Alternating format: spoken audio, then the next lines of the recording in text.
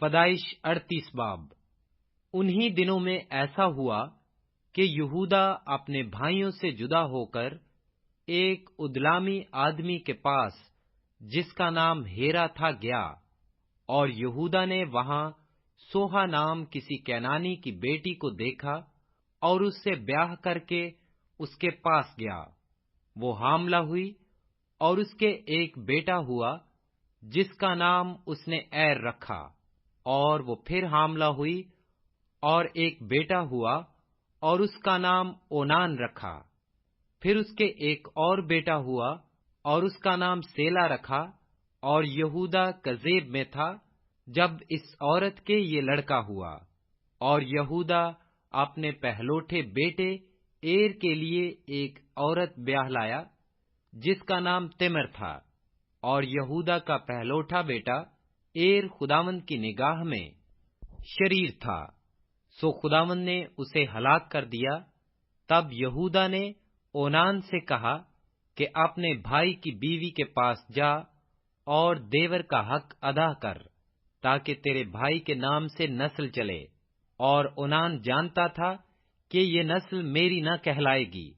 سو یوں ہوا کہ جب وہ اپنے بھائی کی بیوی کے پاس جاتا تو لوزافہ کو زمین پر گرا دیتا تھا کہ مبادا اس کے بھائی کے نام سے نسل چلے، اور اس کا یہ کام خداوند کی نظر میں بہت برا تھا، اس لیے اس نے اسے بھی ہلاک کیا۔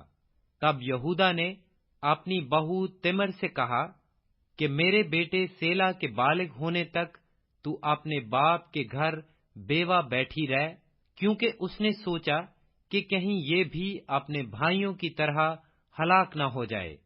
سو تمر اپنے باپ کے گھر میں جا کر رہنے لگی۔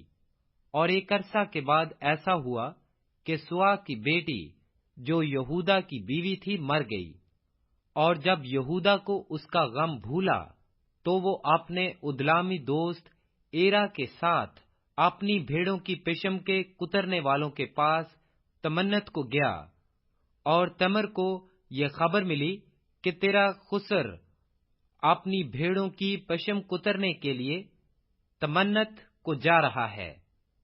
تب اس نے اپنے رنڈاپے کے کپڑوں کو اتار پھینکا اور برقع اوڑھا اور اپنے کو ڈھانکا، اور اینیم کے پھاٹک کے برابر جو تمانت کے راہ پر ہے جا بیٹھی، کیونکہ اس نے دیکھا کہ سیلا بالغ ہو گیا، مگر یہ اس سے بیاہی نہیں گئی۔ یہودا اسے دیکھ کر سمجھا کہ کوئی کسبی ہے، کیونکہ اس نے اپنا منہ ڈھانک رکھا تھا۔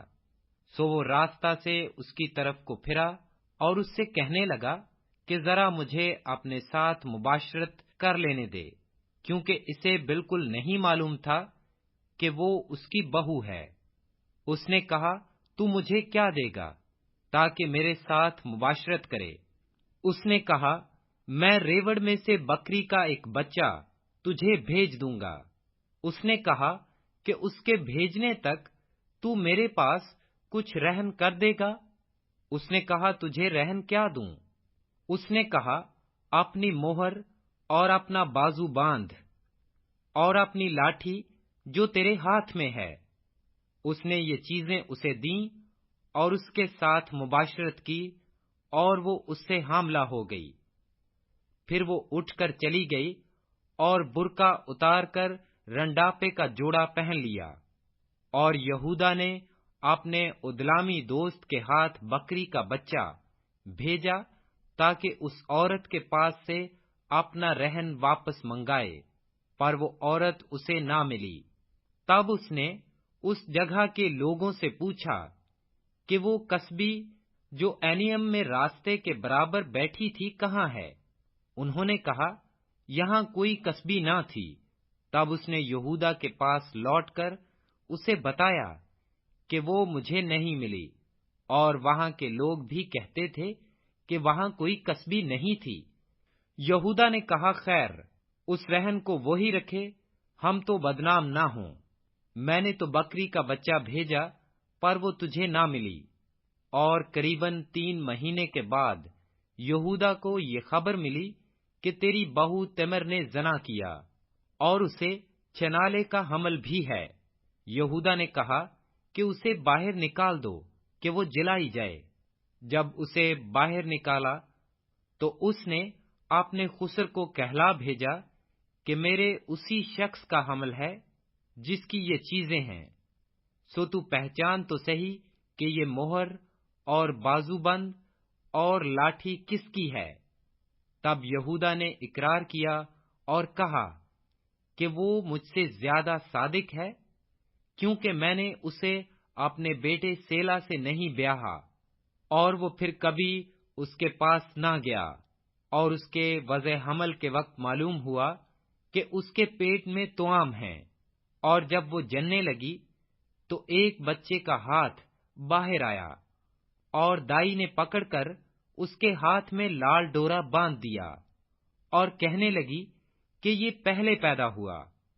اور یوں ہوا کہ اس نے اپنا ہاتھ پھر کھینچ لیا، اتنے میں اس کا بھائی پیدا ہو گیا۔